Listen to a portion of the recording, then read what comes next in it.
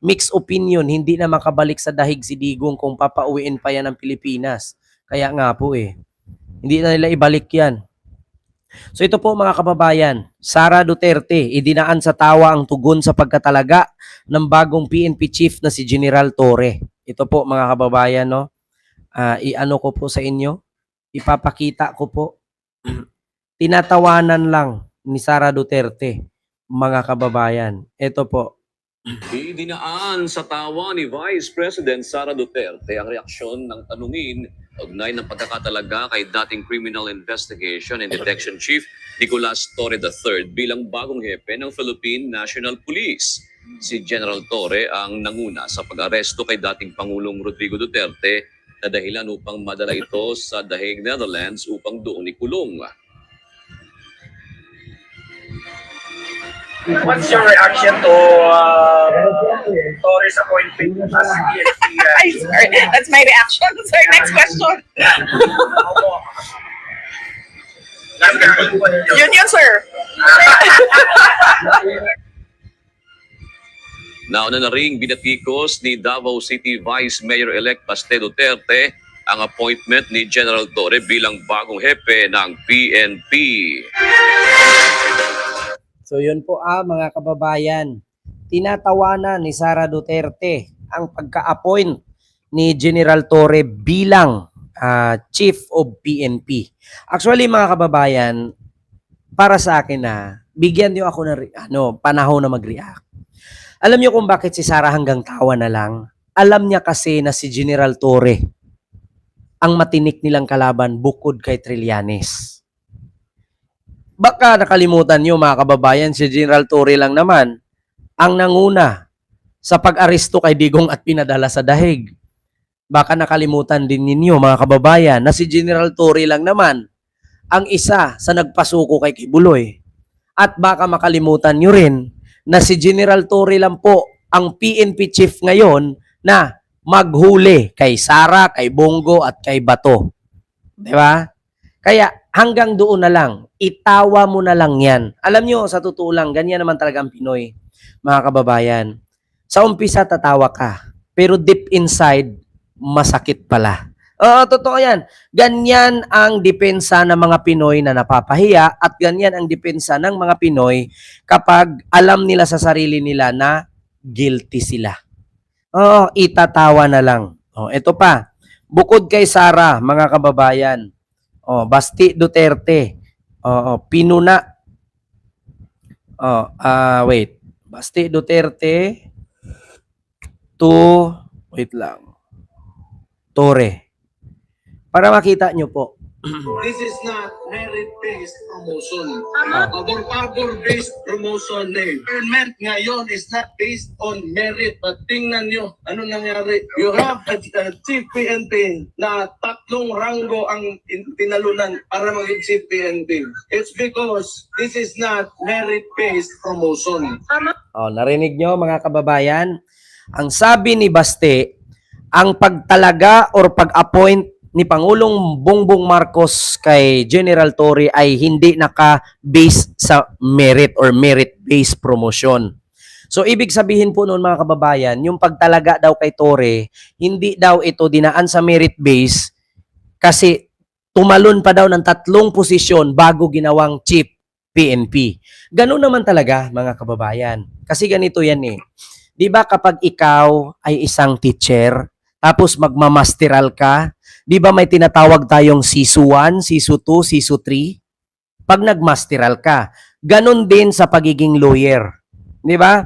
Bago ka maging piskal, dumaan ka muna pagiging lawyer at kailangan itataas mo para sa pulis. Bago ka ma-promote bilang SPO1, SPO2, SPO3, SPO10, 1044. Siyempre, gagawa ka muna ng ikaka-promote mo. Hindi kasi, actually, Baste, wag mong itulad ang tatay mo kay Marcos. Bakit? Si Digong, birdugo yun, demonyo yun. Si Marcos kasi, disente yan, edukado yan. Hindi katulad si Marcos at si Digong ng utak. Si Digong kasi, kapag alam niya na ito si Bato, ka-vibes ko to, anong gusto ko, sasakyan nito, promote ko to. Di ba? Ganon yun eh. Baste, huwag ka na magsalita ng merit-based promotion. Kasi yung mga sinasabi mo, hindi mo yan alam. Bakit, Baste? Tanungin kita, ano ka ba bago ka nag-mayor? Yan lang naman ang tanong eh. Ang lakas ng loob ninyo magsabi na hindi dinaan sa, tawag dito, hindi merit-based ang promotion. Di ba? Bakit, Baste? Ano bang alam mo? Bago ka nag-mayor, ano ka ba?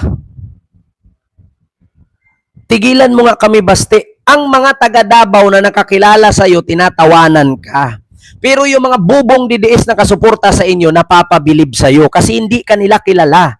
Pero pag mga taga Davao ang tanungin kung ano ka bago ka naging mayor, tatawanan ka lang. Bakit ba, Baste? Si Bato ba, nung pinumot ng tatay mo, dinaan ba niya sa merit-based promotion? Anong basihan ni Digong para i-promote si Bato?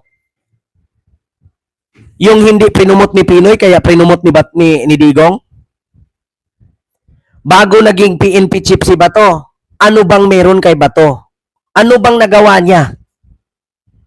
Yung pagpapatukhang, kasi naging PNP chief siya sa Davao, kaya ginawa siya, naging Davao chief siya, bilang pulis, kaya ginawa siyang PNP chief sa buong bansa? Yun ang isipin mo, Baste at Sara. Kaya ninyo tinatawanan kasi ang layo ni Marcos sa inyo. Kayo lang yung mga nagsabi na mga edukado pero wala kayong, alam niyo yung just now? Yung alam niyo yung, kung sa ginto pa kayo mga angpaw. Alam niyo yon? May carrots kayo pero angpaw. Di ba? Huwag kayo magalit sa akin. Totoo yan sinasabi ko. Kung sa ginto kayo yung angpaw.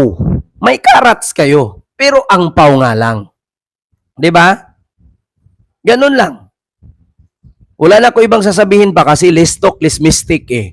Pero kung mistake man ang sinabi ko, sa mga DDS lang 'yon. 'Di ba? Ganun 'yon. Ang lakas ng loob ninyong pumuna, ang lakas ng loob ninyong mamuna. Ano bang nagawa ninyo? Mula kay Pulong, kay Sara, sa'yo, ano bang nagawa ninyo tatlo? Para punain ninyo at sabihin ninyong hindi dinaan sa merit base ni Pangulong Bongbong Marcos ang pagka-promote kay General Torre. Tanungin ko lang, Baste, ano ka ba bago ka nag-mayor?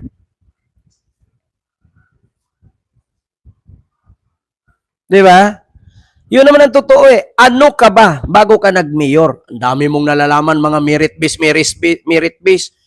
Hindi mo nga alam yung code of conduct and code of ethics mo, sinumpaan mo pagiging mayor. Tignan nyo, binaha ang Davao, nasaan kayo? Nasa dahig kayo lahat. Di ba ikaw pa yung mayor ngayon? May pasabi-sabi ka pang merit base. Oh, samantalang yung code of conduct and code of ethic na sinumpaan mo bilang government employee, hindi mo naman ginagampanan. Oh, may pa-merit base ka. Ang tanong, ano ka ba bago ka nag-mayor? Di ba? Oh, ito po.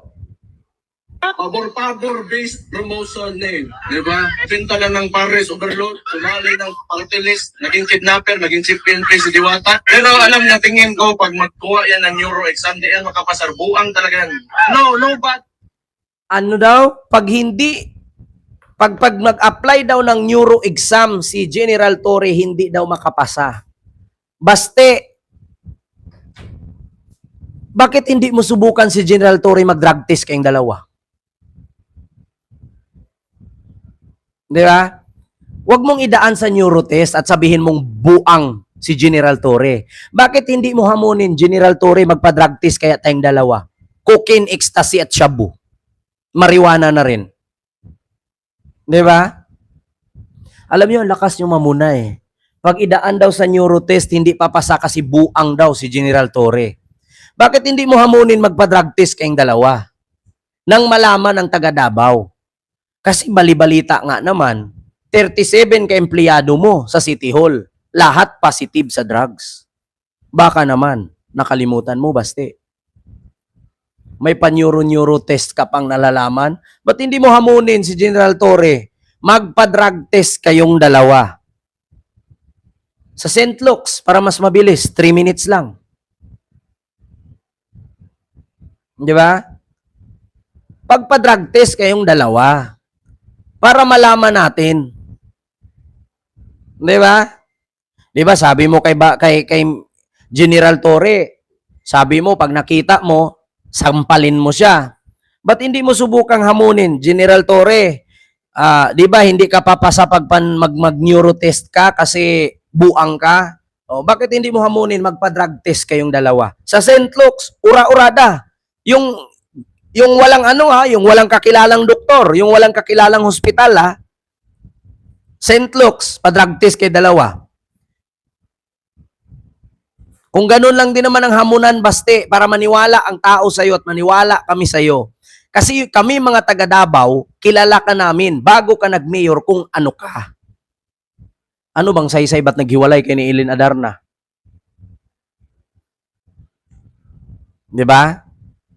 Hamunin mo si General Torre, magpa-drug test kayong dalawa. Di ba lagi kayong nagsabi, herpeulical test kay BBM? Bakit hindi nyo subukang hamunin si General Torre, magpa-drug test kayong dalawa na makita ng taong bayan kung anong meron kayo? Di ba? Hindi ako naninira, nagsabi lang ako ng totoo. Kasi kami, kilala ka namin bago ka nag-mayor eh. Tanong ko lang, hamunin mo si General Torre, magpa-drug test kayong dalawa. Nang malaman natin. Di ba? Yung mga tato nyo nga, hindi nyo mapakita-kita. Oh. So, yun lang mga kababayan, yung ating reaksyon ngayon. Bakit hindi mo subukang hamunin si General Torre, magpa-drug test kayong dalawa? Nang malaman namin. Di ba? Sa St. Luke's, kasi mabilis 3 minutes lang. Ang ipa-drug test nyo doon, droga, marijuana, cocaine, ecstasy. Yung 4 na yan. Tignan natin kung saan ka dyan hindi papasa. Siguro nga sa 4, palyado ka dyan Paldung-paldo ka dyan sa 4 Di ba? Dito tayo mga kababayan. Pangalawa.